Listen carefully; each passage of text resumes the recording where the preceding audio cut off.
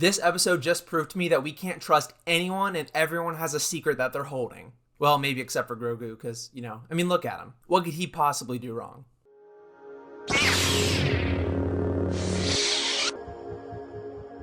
Hey everyone, welcome back. Today we're going to be breaking down and reviewing the third episode of The Mandalorian Season 3. But before we do that, I just wanted to say thank you guys so much for 90 subscribers. We're getting so close to 100, so if you're brand new here, please click that subscribe button. It's free. And join our community. I'm really starting to see a lot of people comment and like, and I'm really loving interacting with all of you. With that being said, we're going to break down the episode per usual, and then I'm going to give my thoughts. So, let's get into it. This episode actually opens back up where the last episode ended. We're back on Mandalore, and we see Bo-Katan staring into the waters that she just saved Din from. Now, we know that she saw the mythosaur, but she holds this information from Din. She doesn't let him know that she saw it. She asks some questions about it, sure, but she doesn't reveal anything. And this is the first secret that we see someone keep this episode. This is such a huge deal, and the mythosaur is really going to play a key part into the later half of this season, I'm pretty sure. So her withholding this information until a later time maybe makes me think that she's going to be the one who controls it. And once she controls it, she's going to rightfully rule Mandalore. Now, on their way out of Mandalore, they actually get stopped by these Imperial TIE fighters and these TIE interceptors. And again, we get an amazing space battle. This is something that I love The Mandalorian for doing. We're getting the core Star Wars moments back. This space battle was so well done, and the scenery looked so realistic. I was super impressed. It was fun, action-packed, and really intense. Obviously, we knew nothing was going to happen to our characters, but it was still really engaging to watch. Now, why are these TIE fighters and TIE interceptors coming to attack them? It looks like they're part of the former Empire. They get back to Bo-Katan's home planet, Kavala, and we see that they just blew up her castle. So Bo-Katan now has nowhere to go. The intro credits roll, and then we switch perspective for pretty much the rest of the episode. Now, this is pretty controversial, but the rest of the episode mainly focuses on Dr. Pershing, not the Mandalorian. Now, if you remember Dr. Pershing, he was actually the clone scientist that was present in the first season, and he actually made an appearance in the second season as well. He had the Kaminoan patch on him, and he actually knows how to clone. And this is supposedly what he was doing with Grogu, or trying to do. We see that since the Empire has fallen, people who worked for the Empire are now being accepted into society as workers and normal citizens. With a catch. They don't really name them by their names, they're actually labeled by numbers similar to clones. And we see the New Republic sort of putting on a interesting identity. I'll get into this a little bit more. But we see Dr. Pershing on Coruscant, and he's actually trying to adapt to his new life. Coruscant looked beautiful. During the Empire, we see it in Andor as this grayscale kind of planet, not a lot of color, but here it's finally back. And it looked amazing. Pershing speaks on the Senate floor about working for the Empire and a bunch of other things about the science of cloning and how important it is to society. And we see him reach for his ear. When we first saw this, I thought he maybe had a headset in his ear and he was getting pointers from somebody else. But if you remember back to season 2, at the very end, we see Cara Dune actually shoot an Imperial officer and shoot him in the ear. So he's remembering this combat and this conflict that the Empire caused him. Pershing is adapting to his normal life, and we meet this character. Now, you may recognize this actor from Quantumania. They played Jentora, who was actually the rebel leader. Here we've actually seen her before. She was actually one of Moff Gideon's officers in the previous season. Now, when I saw this person, I'm thinking to myself, okay, they are still working for the Empire. I was under the assumption the entire episode that this person was trying to be nice to Dr. Pershing in order to get close to him and maybe bring him back to Moff Gideon or whoever. We get to them talking about adjusting to life after the Empire, and Pershing really wants to continue his clone work. But of course, the New Republic doesn't want that at all. Pershing in his speech actually talks about the many benefits of cloning and why it should continue. They're making new organs, they're trying to replicate bodies so people can live longer. And his new friend is suggesting that he should keep doing it. He's having multiple therapy sessions with this droid, and it really reminded me of the Joker and how, he kept going back to therapy and getting the same responses over and over, wanting to change his life in some way. And Pershing, he's happy because the Empire's gone and he's leading this new life, but he wants his work to continue.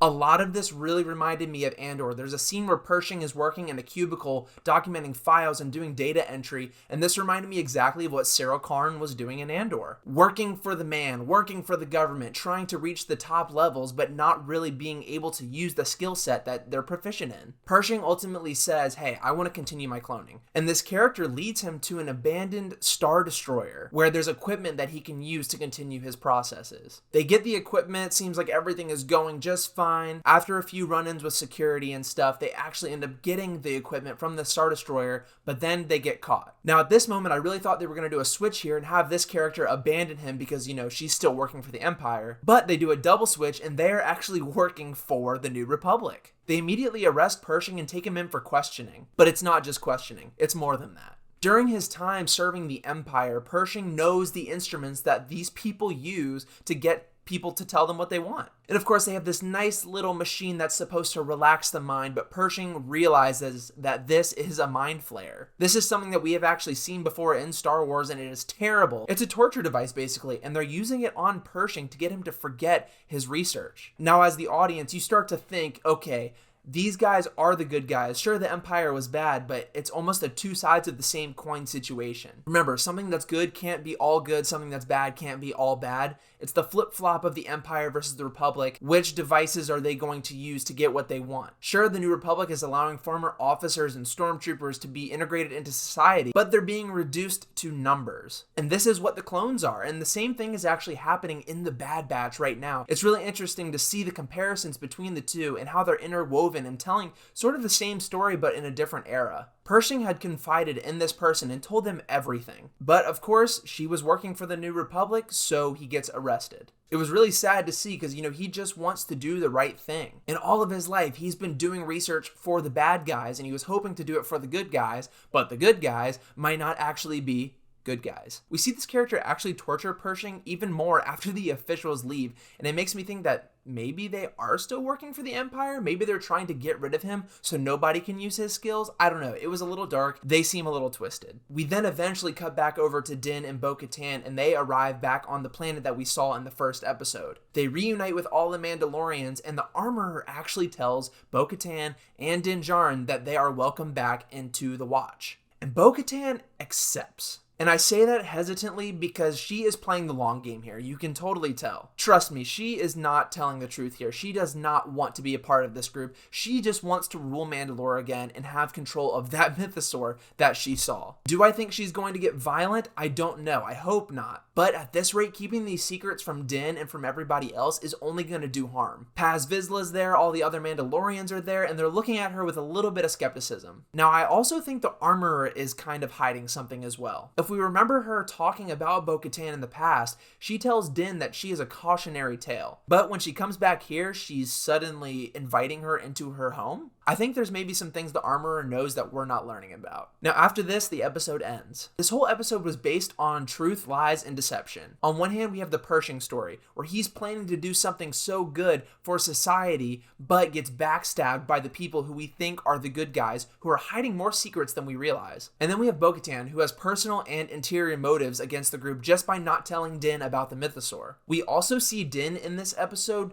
sort of hesitate for a second. When the Armorer is telling him about returning to the Creed, he sort of hesitates. I mean, it's very brief, but you can tell that he's not fully in. Of course, he went back to Mandalore to bathe in the living waters, but does he really promise not to take his helmet off again? I highly doubt we're going to go the rest of the season without him taking his helmet off. And lastly, the Armorer is just being deceptive here. We don't know her full plan. We don't know why she's inviting Bo-Katan in and what her relationship with the rest of Mandalorians are. Overall, this episode was decent. It may be divisive for some because of the large amount being dedicated to Dr. Pershing, but he was an interesting character from the first 2 seasons that I think we really should learn more about. Do I think they could have condensed it into a shorter period? Absolutely. The show is about the Mandalorian, and obviously I want to see the Mandalorian, but there were some great moments in this that evoked the feeling of Andor. And in fact, I think some of it was better than Andor. It was more Star Warsy, less serious, more Star Warsy. I loved Andor for its seriousness, but this gave me the best of both worlds. I thought the space battle was amazing, and the action so far this series has been top notch. The visual effects as well, you can't deny that it looked great this episode. I hope next week we really further the plot a little bit more as we did last week and really get to learn about what this whole season is about.